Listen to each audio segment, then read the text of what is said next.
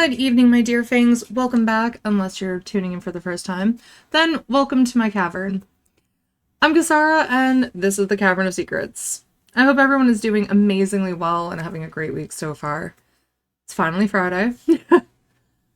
And I do apologize for being absent for the last, I think, couple weeks. It's been kind of crazy now that I have 2 dogs. So, trying to get them to get along and coexist has been kind of difficult. So I do apologize. They like to play fight a lot, and I worry that one of them's going to get hurt, so I try to break it up and keep them from doing that. So it's been challenging to get them to stop.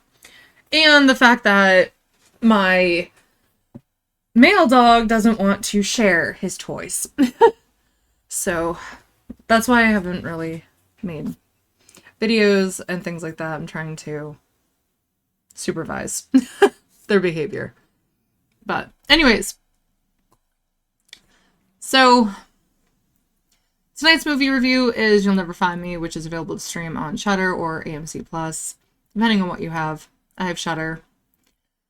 The movie is a slow burn, so if you're not really into those, you may want to skip this one.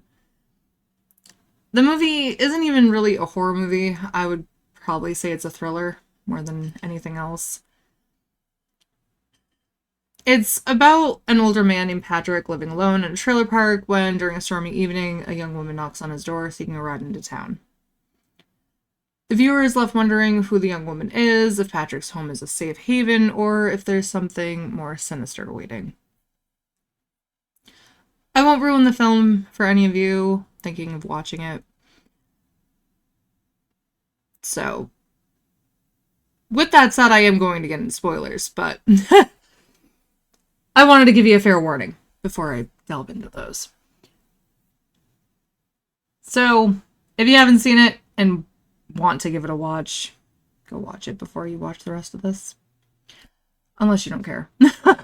I'm usually like that too, unless it's a big name movie that I can't wait for and I don't want it ruined. But anyway, so I kind of figured out the movie pretty quick.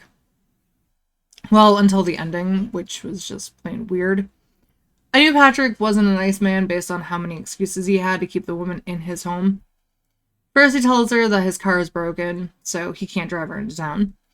When she requests a phone call, he doesn't have one that she can use, so he gives her money for a payphone and offers her directions to reach it, but warns that she won't be able to get to it because it's outside the gate, which is locked at this time of night.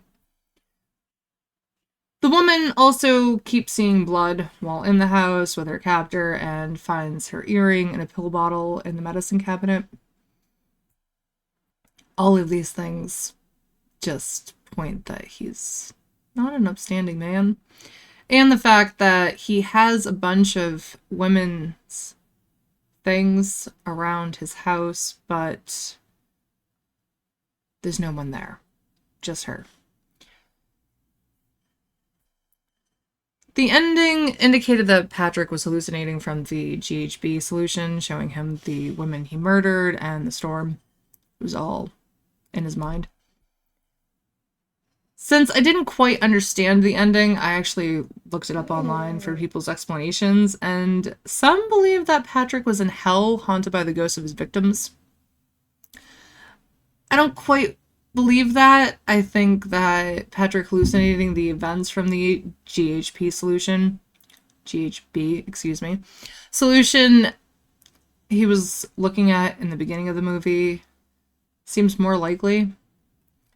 Although I'm not sure how or why he would have taken it. I know his hallucinations point to them kind of coercing him to take the bottle of GHB, but you're left wondering any of that actually happened.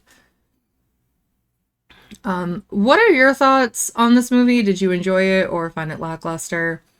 What do you think about the ending? Do you think Patrick was in hell, or did he drink the GHB solution? And why do you think he took it? Do you have another theory? Let me know all your thoughts in the comments below, because I want to know more. I want to know what you think. This one, I am sad to say that I wasn't a huge fan of it. I thought it was kind of boring, to say the least. I'm not usually big on slow burns. Some are better than others. Skinamarink sucked for me. I hated that movie. It was boring as hell. That was a slow burn. This one was another one. Witch or The Witch was another one. I wasn't a huge fan of that one either. Let me know what you think of slow burns. Do you like them? Hate them? Some are better than others? Let me know. And if you have a favorite slow burn that you think I should check out, let me know. Because I'll watch them. I just wish there was more to the story than what we got, I guess you could say. For this one, anyways. Thank you so much for watching. Next week, I'll be reviewing X, since I reviewed Pearl already. If you want to check that out, the little card is above me. Or you can just search in my videos, and it'll come up. I figured since I already watched Pearl, I would finally see the film that started the entire franchise. I heard that Maxine is going to be a continuation of X, where Maxine is stalked by the Night Stalker, which sounds interesting, especially since I did study the serial killer in college. I'm kind of looking forward to it. I mean, American Horror Story 1985, I think is this season, what it was called. They didn't do a great job with the Night Stalker. Adding it was really, it didn't make sense at all. But this one may do it right. I'm kind of hoping. Let me know your thoughts on the upcoming film below. I hope everyone has a fabulous weekend, and take care until next time. Bye, everyone!